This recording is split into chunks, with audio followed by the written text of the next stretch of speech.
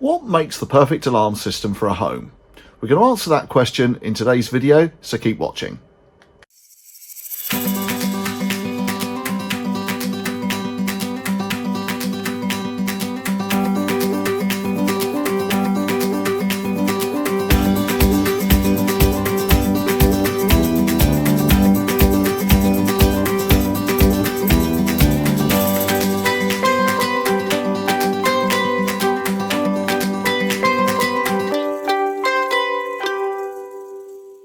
So what makes the perfect security alarm system?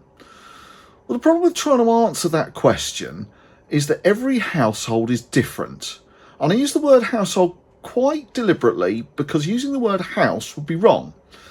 Because unless you're lucky enough to have had a bespoke house made just for you, somewhere in your immediate area there'll be a house that's laid out exactly the same way, and probably there's some that are laid out in the mirror image. But where these houses differ is how those spaces are used. So if you think about it, in one house you might have a retired couple, you might next door have a blended family where sometimes the kids are there, sometimes the kids aren't there, and it's never the same set of people using the same house from one night to the next. In the next house you might have a couple who've chosen to remain childless. And it's only in the last house that you might have, your stereotypical nuclear family with mum, dad and 2.4 children. And each of those family groups is going to use that space in a completely different way. And that's what presents the problem with designing the perfect alarm system, is that not one size fits all. One size does not fit all, rather. So let's start by considering the entry points into the house. Now, clearly a burglar isn't going to blast their way through the walls, but there are holes in your walls already. Most people call them doors and windows. How many of those are accessible? Now, obviously, all the ground floor doors and windows and any basement doors and windows are accessible, but you've also got to think about those on the first floor. So any of them that are right by a single-storey extension or a conservatory roof, something that can easily be hopped up onto and used to access a window on the first floor, those are classed as accessible. Now, you could argue that any window is accessible if you've got a ladder. Now, a lot of people might say, yeah, well, no burglar's going to use a ladder because they'd be spotted. And yeah, they might be spotted. But how many people are going to spot them, and how many people are then going to think, oh, that's a burglary in progress, I'm going to call the police? Or they're just going to think, oh, I wonder what's going on there, and ignore it. So think about all of the windows on the first floor. Second floor and higher, if you've got those, less of an issue because it's a lot harder to get up to those levels.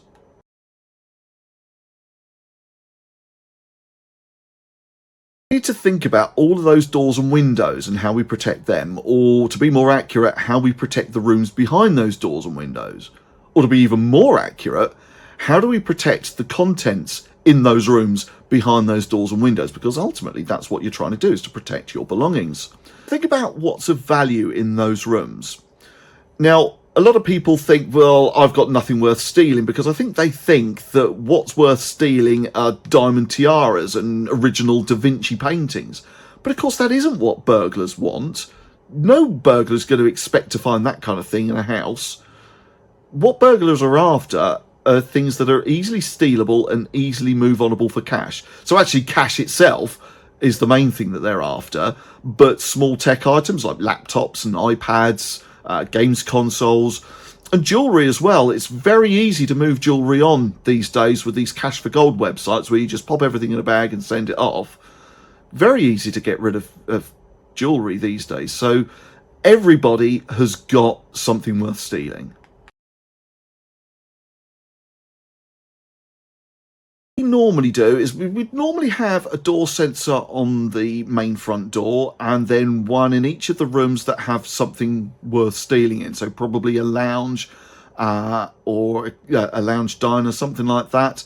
And then on the first floor, again, you probably won't want one in the bathroom, but we would normally recommend you have a sensor covering the landing.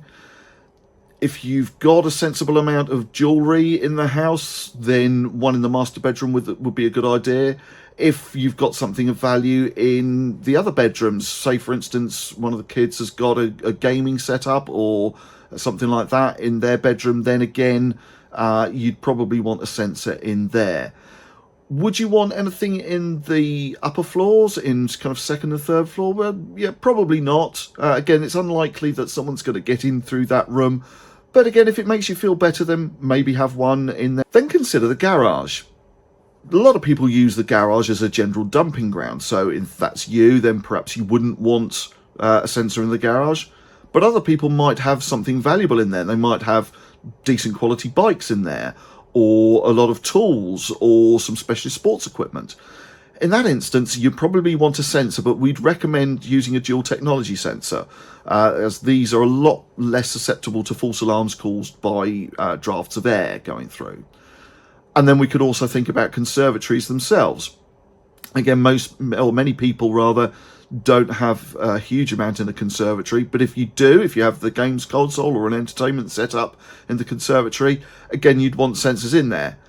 Now, motion sensors, a standard motion sensor, isn't particularly good in a conservatory because of all the glass making the rooms heat up. These things work on movement of heat. So ordinarily in a conservatory, we recommend shock sensors to go on the doors and windows. Normally 2 or 3 placed evenly around the conservatory is sufficient.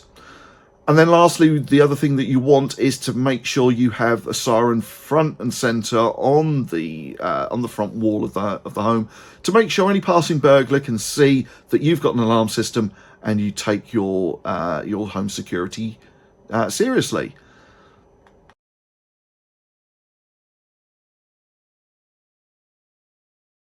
There you have it. That's the basic elements of what would create a perfect alarm system for you. If you would like to know more, you're probably wondering how much such a system would cost. Head on over to our website. There's a link in the comments where you can use our estimator system to get an instant price for a system for your home. If you found this video helpful, it would be really helpful to us if you could like or follow or subscribe to us on your favourite social media platform. Thank you.